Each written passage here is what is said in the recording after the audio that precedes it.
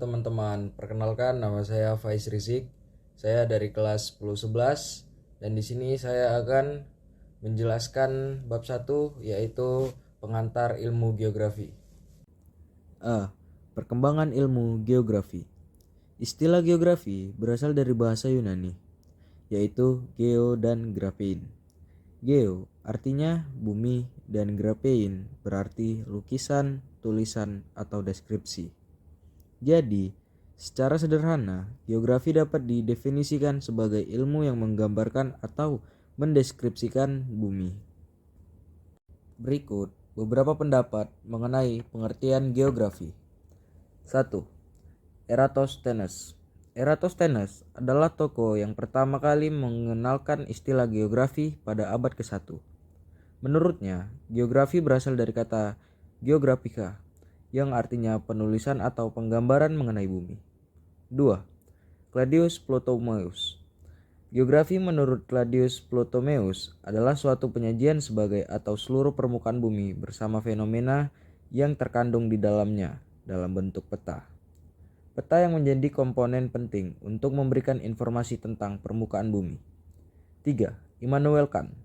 Immanuel Kant berpendapat bahwa geografi adalah disiplin ilmu yang memiliki objek studi berupa benda-benda atau gejala-gejala yang tersebar dan berasosiasi dalam ruang.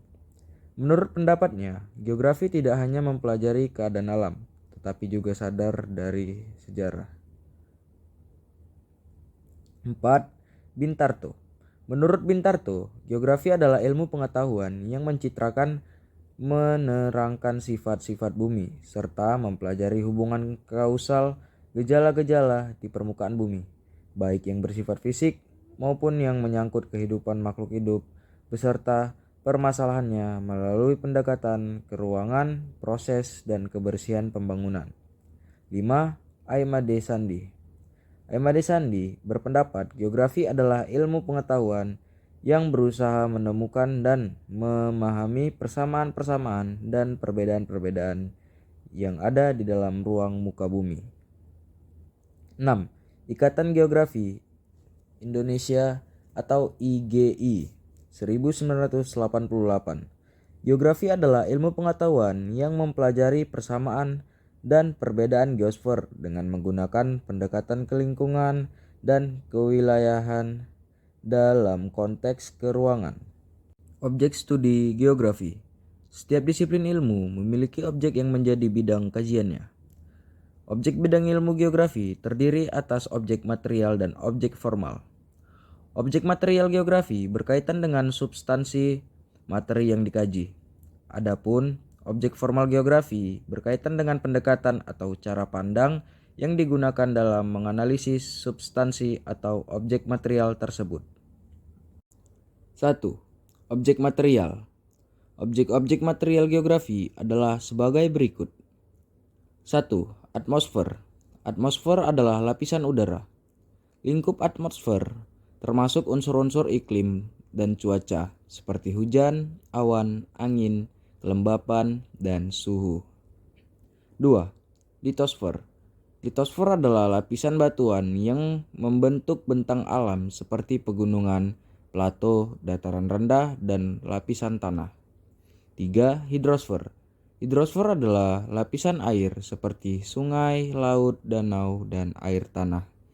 4. Biosfer. Biosfer adalah lapisan kehidupan yang meliputi kehidupan flora dan fauna. 5. Antroposfer. Antroposfer adalah lapisan manusia dan kehidupan manusia, termasuk jumlah penduduk, sistem sosial, ekonomi, politik, budaya, dan teknologi. 2. Objek formal. Menurut Peter Haggett, terdapat 3 pendekatan atau cara pandang dalam ilmu pengetahuan geografi, yakni pendekatan keruangan, pendekatan kelingkungan, dan pendekatan kompleks wilayah. 1. Aspek fisik.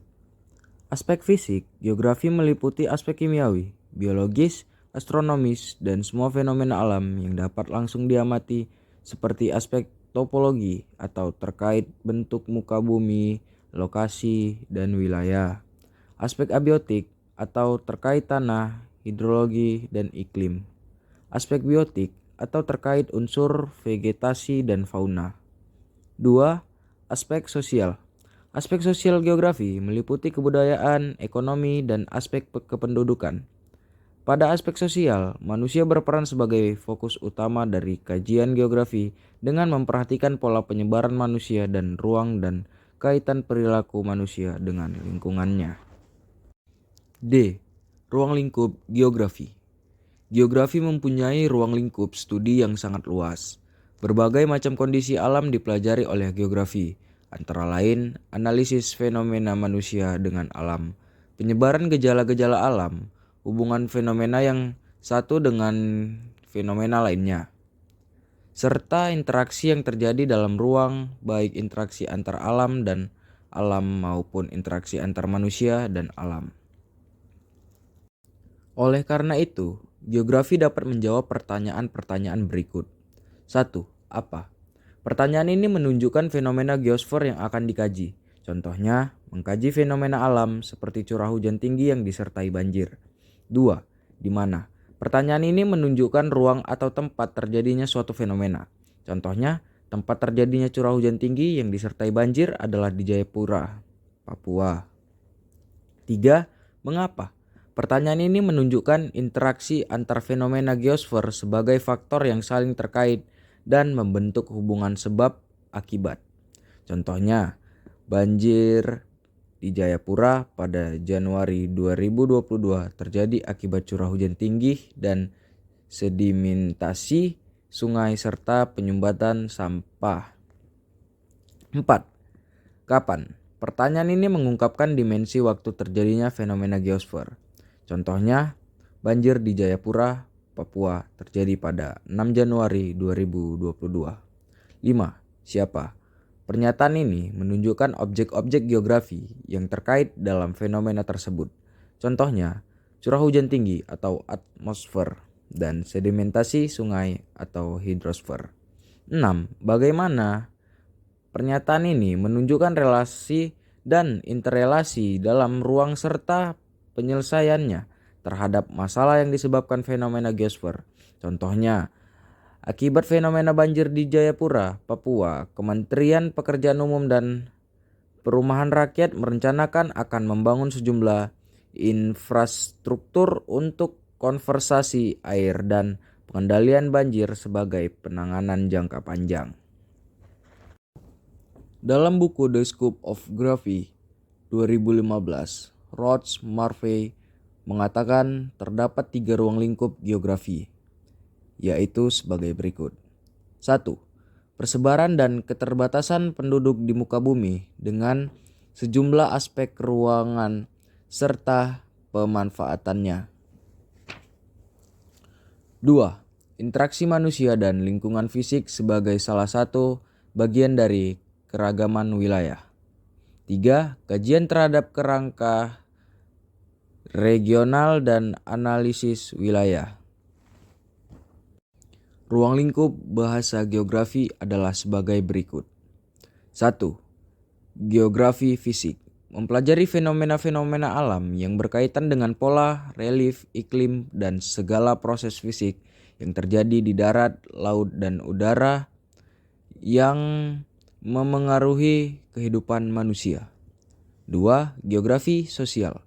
Mempelajari segala aktivitas manusia di bumi dan interaksinya dengan lingkungan, baik dalam lingkungan fisik, sosial, dan budaya. 3. Geografi regional. Mempelajari kondisi suatu daerah ataupun wilayah secara khusus, baik mengenai aspek fisik ataupun aspek sosial. 4. Geografi teknis. Kajian penggunaan keahlian teknis dalam geografi untuk menyelesaikan sebagai permasalahan. Luasnya ruang lingkup geografi menimbulkan kebutuhan spesialisasi. Oleh karena itu, muncullah cabang-cabang ilmu geografi yang mendukung, yaitu sebagai berikut. 1. Geomorfologi adalah ilmu yang mempelajari bentuk permukaan bumi dan proses pembentukannya. 2. Klimatologi adalah ilmu yang mempelajari tentang iklim dan faktor pembentukannya serta pengklasifikasian dalam suatu kelompok iklim. 3. Biogeografi adalah ilmu yang mempelajari persebaran hewan dan tumbuhan serta hubungannya antar makhluk hidup. 4. Geografi tanah adalah ilmu yang mempelajari sifat, karakteristik tanah dan persebarannya di atas permukaan bumi serta pemanfaatan tanah untuk kehidupan. 5. Geografi kependudukan adalah ilmu yang mempelajari tentang segala aspek ruangan yang berkaitan dengan manusia sebagai penduduk di suatu wilayah, serta persebaran, seks ratio, dan kepadatan penduduk. 6. Kartografi adalah ilmu yang mempelajari tentang proses pemetaan. 7. Penghindaran jauh adalah ilmu untuk memperoleh informasi tentang suatu objek dengan suatu alat tanpa kontak langsung dengan objek tersebut. Pendekatan geografi. Ruang lingkup geografi sangat luas.